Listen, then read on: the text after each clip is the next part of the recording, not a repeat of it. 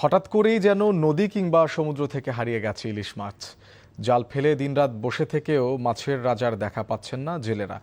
সংকটের কারণে ইলিশের দামও এখন আকাশ ছোঁয়া।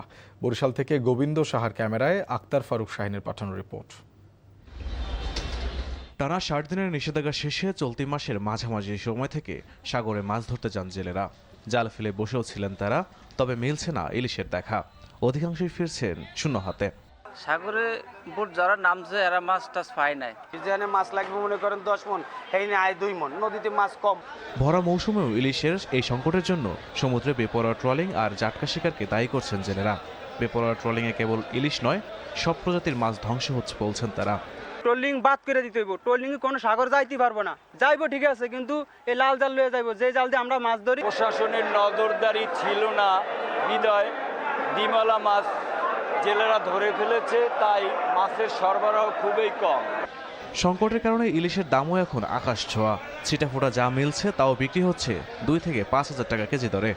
ইলিশের আমদানিও যেমন কম, সেই সাথে উচ্চ মূল্য, এটা সাধারণ মানুষের কেনার কোনো উপক্রম নেই। তাই এটা এখন বিলাসী মাছ, ধনীদের মাছ। এটা এখন বাজারে যে ইলিশ মাছের যে দামটা, আমাদের ক্রেতা হিসেবে আমাদের পক্ষে খাওয়াটা খুবই ক্রিটিক্যাল। ট্রলিংয়ের ক্ষেত্রে বড় ফাঁস জালের ব্যবহার নিষেধ করা এবং জাটকা শিকার আটকাতে না পারলে একসময় ইলিশ হয়ে যাবে ইতিহাসের অংশ। তাই এই ব্যাপারে এখনই পদক্ষেপ নেওয়া জরুরি বলছেন সংশ্লিষ্টরা।